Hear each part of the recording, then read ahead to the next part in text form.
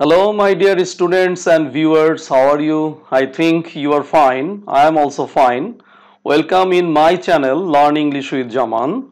I am Khandakar Akhtaruzzaman, lecturer in English and head examiner of Dhaka Board, Doleshwar Abdul Mannan Adarsh Mahabidyalaya, Dhaka. Today, I am going to discuss about your textbook, English for Today, Unit 1, Lesson 2. Let's start our today's class. সবাইকে অনেক অনেক প্রীতি ও শুভেচ্ছা জানিয়ে আমি আমার আজকের অত্যন্ত গুরুত্বপূর্ণ একটি ক্লাস শুরু করতে যাচ্ছি। Unit 1 Lesson 2 Nelson Mandela From Apartheid Fighter to President Nelson Mandela from Apartheid Apartheid শব্দের অর্থ হলো বর্ণবৈষম্য অ্যাপারথাইড ফাইটার মানে হলো যোদ্ধা তার মানে হলো যে অ্যাপারথাইড ফাইটার একটি বর্ণ বৈষম্যের যোদ্ধা হইতে টু প্রেসিডেন্ট মানে প্রেসিডেন্ট হয়েছিলেন আমাদের এই নেলসন ম্যান্ডেলা। নেলসন ম্যান্ডেলা সম্পর্কে আমাদের একটু বিস্তারিত জেনে নেওয়া দরকার। নেলসন ম্যান্ডেলার পুরো নামটি হচ্ছে Nelson রলিলাহাল Mandela. Born 18th July 1918, Mvizo Cape Province, Union of South Africa. উনি জন্মগ্রহণ করেন 18 জুলাই 1918 সাল Mvizo Cape Province. Died 5th December 2013. Aged 95 উনি মৃত্যুবরণ করেন 5ই ডিসেম্বর 2013 সাল মৃত্যুকালে ওনার বয়স হয়েছিল 95 বছর। Johannesburg Gauteng republic of South Africa উনি জোহেনেসবার্গে সাউথ আফ্রিকার জোহেনেসবার্গে মৃত্যুবরণ করেন। কজ অফ ডেথ মৃত্যুর কারণ respiratory tract infection. Political party উনি যে রাজনৈতিক দলটি করতেন আফ্রিকান ন্যাশনাল কংগ্রেস এটা থেকেই সে প্রেসিডেন্ট নির্বাচিত হন। অকুপেশন পেশা পলিটিশিয়ান একজন রাজনৈতিক নেতা ছিলেন। ফিল্যান্থ্রোপিস্ট মানবহিতৈষী এবং লয়ার এবং একজন আইনজীবী ছিলেন। President 10th May 1994 to 16th June 1999 এই সময়কালে উনি প্রেসিডেন্ট ছিলেন। 1994 সালের 10ই মে থেকে 1999 সালের 16ই জুন পর্যন্ত উনি ক্ষমতায় ছিলেন। এবার এই নেলসন ম্যান্ডেলা এই বিশ্ববরেণ্য নেতার সম্পর্কে একটি নিউজ এজেন্সি রয়টার্স হচ্ছে একটি ইন্ডাস্ট্রি নিউজ এজেন্সি লন্ডন ভিত্তিক একটি সংবাদ সংস্থা ফাউন্ডেড অক্টোবর 1851 169 years old এটি স্থাপিত হয়েছিল 1851 সালের অক্টোবরে এবং এটি 169 বছর বয়স এটির। ফাউন্ডার এটার যে প্রতিষ্ঠাতা পল জুলিয়াস রয়টার এবং প্যারেন্টস মূল প্রতিষ্ঠান থমসন রয়টার্স। এই প্রতিষ্ঠানের এই রয়টার্সের একটি এজেন্সি হলো জোহেনেসবার্গ।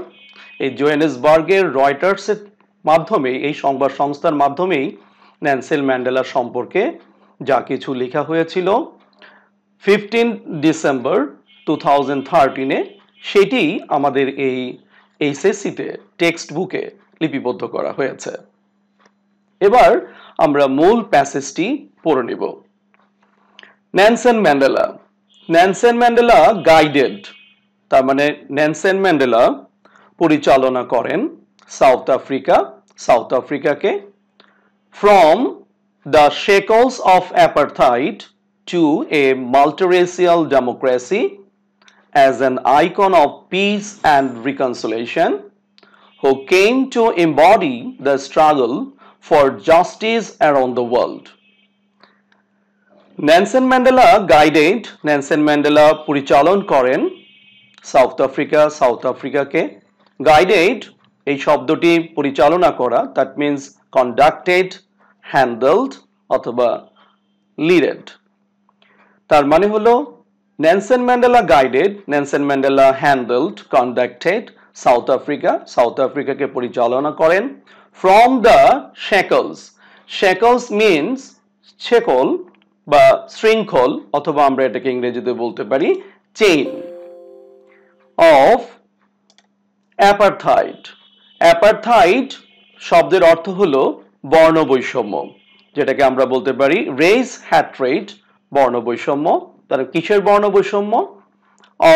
বলেছে সেকল অফ বর্ণ বৈষম্য, মানে শেকলস অফ অ্যাপারথাইড, বর্ণ বৈষম্যের যে শৃঙ্খল, এই শৃঙ্খল থেকে টু নিয়ে গেছেন এ মাল্টিরেসিয়াল। মাল্টিরেসিয়াল শব্দের অর্থ হলো বহুজাতিক, যেটাকে আমরা বলতে পারি মাল্টিকালচারাল ডেমোক্রেসি, গণতন্ত্রের দিকে নিয়ে গেছেন। ডেমোক্রেসির আরেকটি সিনোনিমাস ওয়ার্ড হচ্ছে রিপাবলিক। তার মানে Nelson Mandela guided, Nelson Mandela পরিচালন করে সাউথ আফ্রিকাকে from the shackles of apartheid, বর্ণ বৈষম্যের শৃঙ্খল থেকে নিয়ে গেছেন টু এ মাল্টিরেসিয়াল ডেমোক্রেসি, বহুজাতিক গণতন্ত্রের দিকে। অ্যাজ অ্যান আইকন, এবং সে পরিণত হয়েছেন অ্যাজ অ্যান আইকন। আইকন শব্দের অর্থ হলো প্রতীক, যেটাকে আমরা ইংরেজিতে বলতে পারি সিম্বল অফ পিস, মানে হলো শান্তির প্রতীক হয়েছেন। অ্যান্ড রিকনসিলেশন, রিকনসিলেশন শব্দের অর্থ হলো পুনর্মিলন, যেটাকে আমরা রিকনসিলেশনকে বলতে পারি রিইউনিয়ন। তার মানে নেলসন ম্যান্ডেলা হয়ে গেছেন আইকন অফ পিস, সে হয়ে গেছেন আইকন অফ পিস হয়ে গেছেন, শান্তির প্রতীক হয়ে গেছেন, অ্যান্ড রিকনসিলেশন এবং পুনর্মিলনের প্রতীক হয়ে গেছেন। এবং নেলসন ম্যান্ডেলা সম্পর্কে বলা হচ্ছে হু কেম টু ইম্বডি, যে আসলে কি করেছিল? ইম্বডি মানে হলো বাস্তবায়ন করা, ইম্বডি বাস্তবায়ন করা বা বাস্তব রূপ দান করা, যেটাকে আমরা ইংরেজিতে বলতে পারি ম্যাটেরিয়ালাইজ, যে বাস্তবায়ন ঘটিয়েছিল দ্য স্ট্রাগল ফর জাস্টিস, সংগ্রামের মাধ্যমে ন্যায় বিচার প্রতিষ্ঠা করেছিল অ্যারাউন্ড দ্য ওয়ার্ল্ড, সারা পৃথিবীতে। তার মানে হলো সারা পৃথিবীতে ন্যায় বিচার সে মাধ্যমে এই যে বাস্তবায়ন ঘটানো, এই বাস্তবায়নের মাধ্যমেই সে হয়েছিল একজন আইকন অফ পিস, তার মানে সিম্বল অফ পিস মানে হলো শান্তির প্রতীক হয়েছিল, অ্যান্ড রিকনসিলেশন এবং পুনর্মিলনের প্রতীক হয়েছিল নেলসন ম্যান্ডেলা। তার মানে Nelson Mandela guided South Africa, সে সাউথ আফ্রিকাকে পরিচালন করেন কোথা হতে? From the shackles of apartheid, বর্ণ বৈষম্যের শৃঙ্খল থেকে নিয়ে গেছেন কোথায়? টু এ মাল্টিরেসিয়াল ডেমোক্রেসির দিকে। As an icon of piece, এবং সে হয়ে গেছেন শান্তির প্রতীক, অ্যান্ড রিকনসিলেশন এবং হয়ে গেছে পুনর্মিলনের প্রতীক। হু কেম টু এম্বডি, যে আসলে বাস্তবায়ন ঘটিয়েছিল দ্য স্ট্রাগল ফর জাস্টিস, এবং সে জাস্টিসের মাধ্যমেই ন্যায় বিচার প্রতিষ্ঠা করেছিল অ্যারাউন্ড দ্য ওয়ার্ল্ড, সারা পৃথিবীতে। প্রেজেন্ট শব্দটির অর্থ হলো কারাবন্দী, যেটাকে আমরা বলতে পারি প্রেজেন্ট মানে হলো ডিটেইনড অথবা জেইলড ফর নিয়ারলি 3 decades।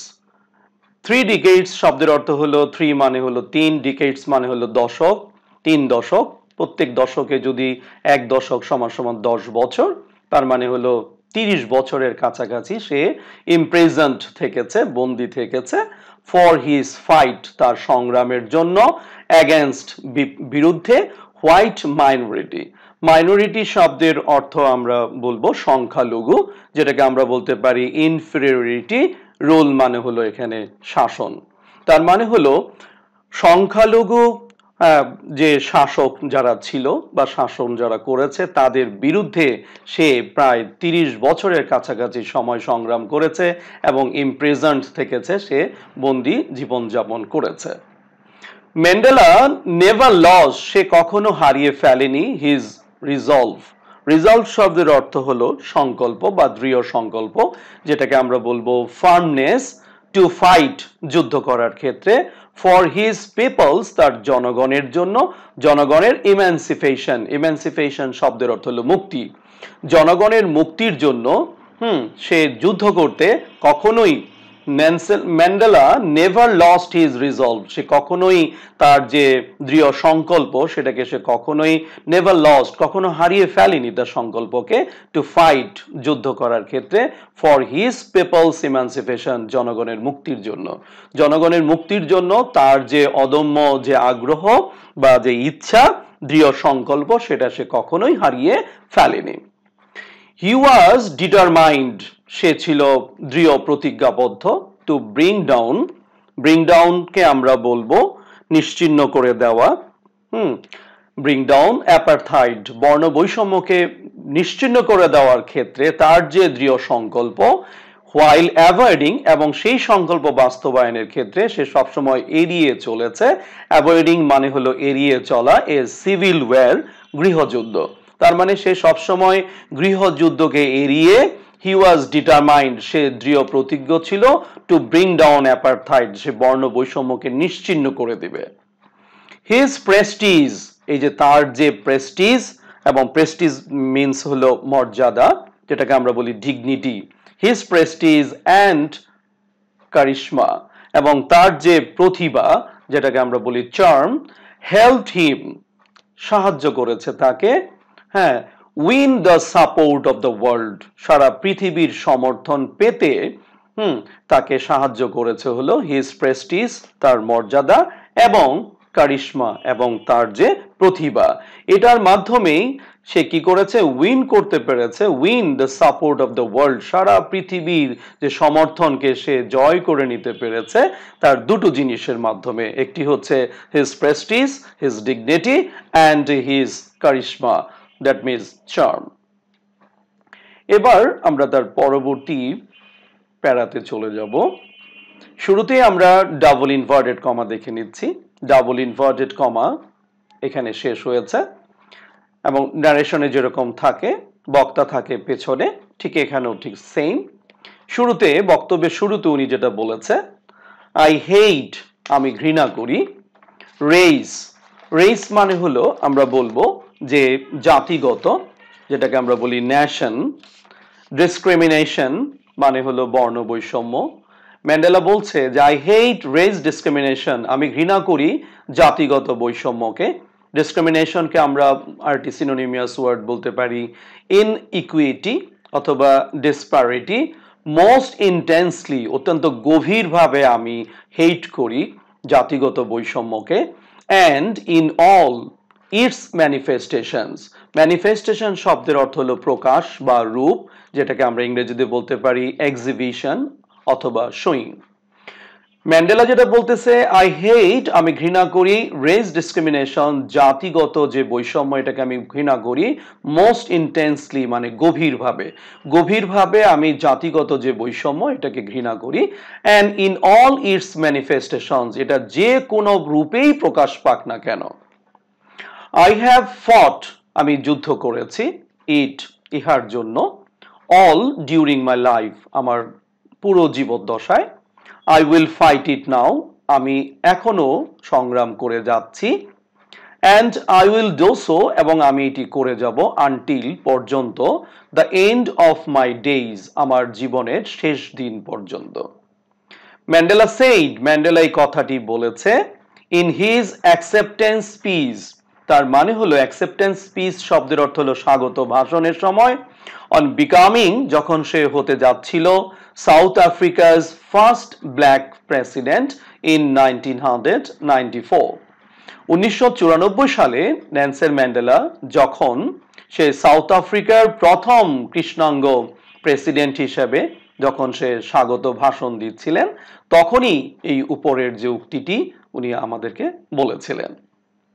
সেই উক্তিটির এখানে আরো কিছু ডট ডট দেওয়া রয়েছে, তার মানে আরো অনেক উক্তি ছিল, তারপরেও এখানে যে বাকিটুকুন দেওয়া হয়েছে সেখানে সে বলেছে, the time for the healing of the wounds has come, তার মানে হলো দ্য টাইম হ্যাজ কাম, সময় এসছে।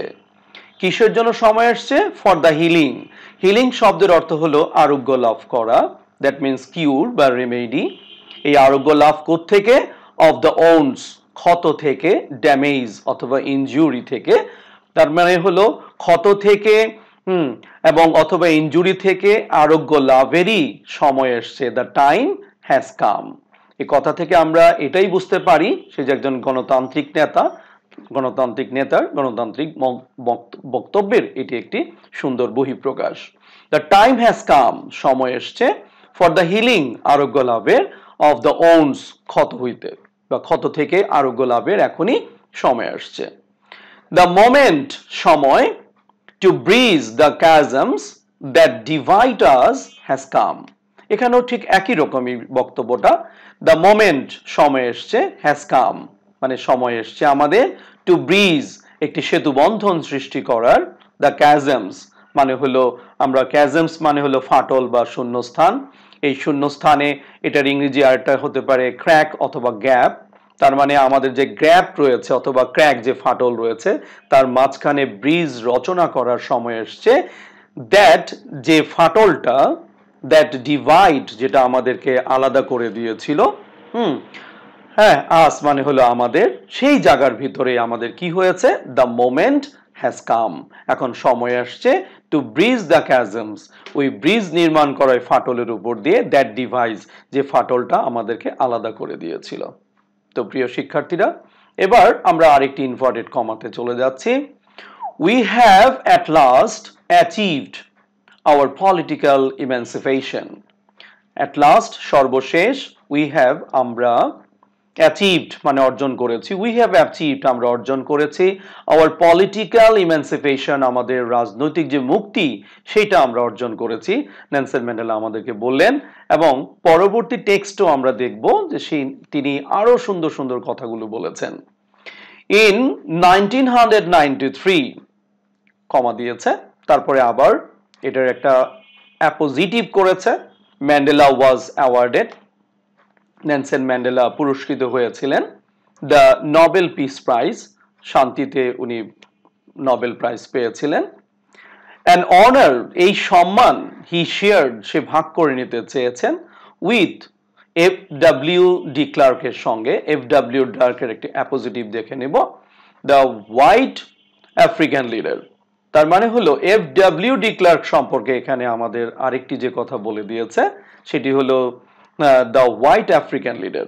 এবং এই হোয়াইট আফ্রিকান লিডার যে কাজটা করেছে, হু হ্যাড ফ্রিড, যে আসলে মুক্ত করেছিল, হিম, নেলসন ম্যান্ডেলাকে, ফ্রম প্রিজন, জেলখানা থেকে, 3 years earlier, 3 বছর পূর্বেই, অ্যান্ড নেগোশিয়েটেড, নেগোশিয়েটেড শব্দের অর্থ হলো মীমাংসার উদ্দেশ্যে আলোচনা করা, যে মীমাংসার উদ্দেশ্যে আলোচনা করেছেন, হ্যাঁ, দ্য এন্ড অফ অ্যাপারথাইড, কিভাবে বর্ণ বৈষম্যকে নিরসন করা যায় সে ব্যাপারেও সে মধ্যস্থতা করেছেন। তার মানে নেগোশিয়েটেড শব্দের অর্থ হলো আলোচনা করা অথবা মধ্যস্থতা করা, যার আরেকটি সিনোনিমিয়াস ওয়ার্ড হচ্ছে ডিসকাস অথবা কোলাবোরেট। তার মানে নেলসন ম্যান্ডেলা 1993 সালে উনি আসলে শান্তিতে নোবেল পুরস্কার পান এবং এই নোবেল পুরস্কারটি সে আসলে ভাগাভাগি করে নিতে চেয়েছেন এফ.ডব্লিউ. ডি ক্লার্কের সঙ্গে। এবং এফ.ডব্লিউ. ডি ক্লার্ক হচ্ছেন হোয়াইট আফ্রিকান লিডার, সে সাদাদের একজন নেতা, হু হ্যাড ফ্রিড, যে আসলে নেলসন ম্যান্ডেলাকে মুক্ত করার জন্য, ফ্রম প্রিজন, জেলখানা থেকে মুক্ত করার জন্য, 3 years earlier, 3 বছর পূর্বেই বের করার জন্য সে কি করেছে, কাজ করেছে, এবং নেগোশিয়েটেড, এবং মধ্যস্থতা করেছে, দ্য এন্ড অফ অ্যাপারথাইড, কত দ্রুত আসলে বর্ণ বৈষম্যকে নিরসন করা যায়। Mandela went on, actually go on মানে হলো চালিয়ে যাওয়া। আমরা এখানে দেখব যে ওয়েন্ট অন তার মানে সে চালিয়ে গিয়েছেন, টু প্লে, দ্যাট মিনস এখানে ভূমিকা রেখেছেন, এ প্রমিনেন্ট, একটি উল্লেখযোগ্য, রোল মানে হলো ভূমিকা, নেলসন ম্যান্ডেলা একটি উল্লেখযোগ্য ভূমিকা রেখেছেন, কোথায়, on the world stage. Prominent শব্দের অর্থটা হলো উল্লেখযোগ্য, যেটাকে আমরা বলি ইম্পর্টেন্ট অথবা বলতে পারি ফেমাস, রেখেছেন, এটা উল্লেখযোগ্য ভূমিকা রেখেছেন অন দ্য ওয়ার্ল্ড স্টেজ, এই পৃথিবীর মঞ্চে, অ্যাজ অ্যান অ্যাডভোকেট, একজন সমর্থক হিসেবে, এটার একটা সিনোনিমিয়াস ওয়ার্ড হচ্ছে স্পোকসম্যান, বক্তা প্রবক্তা হিসেবে, সমর্থক হিসেবে, অফ হিউম্যান ডিগনিটি, মানব মর্যাদার একজন প্রবক্তা হিসেবে, ইন দ্য ফেস এবং সে সম্মুখীন হয়েছেন অফ চ্যালেঞ্জেস, মোকাবেলা করেছেন, প্রতিকূলতাকে মোকাবেলা করেছেন, রেঞ্জিং যেটা বিস্তৃত ছিল, ফ্রম পলিটিক্যাল রাজনৈতিক রিপ্রেশন, রিপ্রেশনের আরেকটা সিনোনিমাস হচ্ছে অপারেশন, যেটাকে আমরা বলবো হলো নিপীড়ন বা দমন, টু এইডস, এইডস এর মতো। দ্যাট মিনস এখানে আমরা যে জিনিসটা দেখতে পেলাম, Mandela went on to play, সে আসলে একটি ভূমিকা রেখেছে, এ প্রমিনেন্ট রোল, একটি গুরুত্বপূর্ণ ভূমিকা রেখেছে এবং সে এটি চালিয়ে গিয়েছে অন দ্য ওয়ার্ল্ড স্টেজ, এই পৃথিবীতে, অ্যাজ অ্যান অ্যাডভোকেট, একজন সমর্থক বা আমরা জানি যে প্রবক্তা হিসেবে, অফ হিউম্যান ডিগনিটি, এই যে মানব মর্যাদার যে একজন প্রবক্তা, এইটা করতে গিয়ে in the face of challenges, সে অনেক প্রতিকূলতাকে মোকাবেলা করেছেন, মোকাবেলার সম্মুখীন হয়েছেন, চ্যালেঞ্জ ফেস করেছেন, রেঞ্জিং যে মোকাবেলা করতে যে যার বিস্তৃতি ছিল, ফ্রম পলিটিক্যাল রিপ্রেশন, রাজনৈতিক যে দমন পীড়ন, এখান থেকে টু এইডস, একটি সামাজিক আন্দোলনের বিপক্ষেও সে আসলে, কারণ আমরা সবাই জানি এইডস আফ্রিকাতে, সাউথ আফ্রিকাতে একটি অত্যন্ত এইডস এর পক্ষে অনেক জনমত গড়ে ওঠে এবং তারা এটা সমর্থন করে, কিন্তু এরা যদিও সাউথ আফ্রিকার কৃষ্ণাঙ্গ নেতা, যদিও তবুও সে কৃষ্ণাঙ্গদের কিন্তু সমর্থন করেনি, কারণ তার কাছে মনে হয়েছে এই বিপক্ষে যাওয়া উচিত, কারণ এটি একটি সমাজের জন্য ব্যাধি। এই জন্য in the face of challenges, সে অনেক চ্যালেঞ্জকে মোকাবেলা করেছে এবং এর বিস্তৃতি দেখা যায় যে রাজনৈতিক নিপীড়ন অথবা দমন থেকে শুরু করে এবং রাজনৈতিক যে সমস্ত বিষয়গুলো রয়েছে সেইগুলো সে আসলে মোকাবেলা করেছেন। তো প্রিয় শিক্ষার্থীরা, আমরা অত্যন্ত গুরুত্বপূর্ণ একটি অধ্যায় শুরু করেছি, সেই অধ্যায়ের আমরা আজকের এখানে শেষ পর্যায়ে চলে আসছি।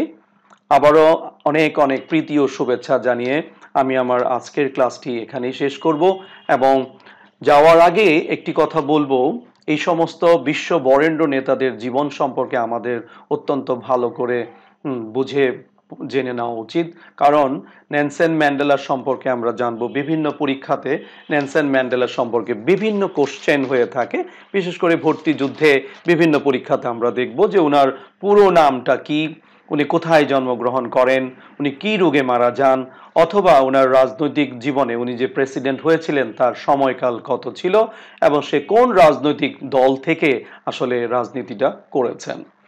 এছাড়াও রয়টার্স সম্পর্কে কোশ্চেন আসতে পারে যে আসলে রয়টার্স কি, কত সালে রয়টার্স আসলে তার ফাউন্ডেড হয়, প্রতিষ্ঠিত হয়, এবার ফাউন্ডারটাও কে ছিলেন এবং এর মূল প্রতিষ্ঠানটা কি। তো আমরা যদিও টেক্সট পড়বো আমরা পরীক্ষার জন্য, আমাদের এসএসসি পরীক্ষাতে ভালো করার জন্য, কিন্তু আমাদের ভর্তি যুদ্ধ কিংবা বিভিন্ন ইন্টারভিউতে যখন আমরা ফেস করব তখন কিন্তু আমাদের নেলসন ম্যান্ডেলা সম্পর্কে এবং ওনার সম্পর্কে যারা লিখেছেন রয়টার্স, এদের সম্পর্কে আমাদের বিস্তারিত জেনে নিতে হবে।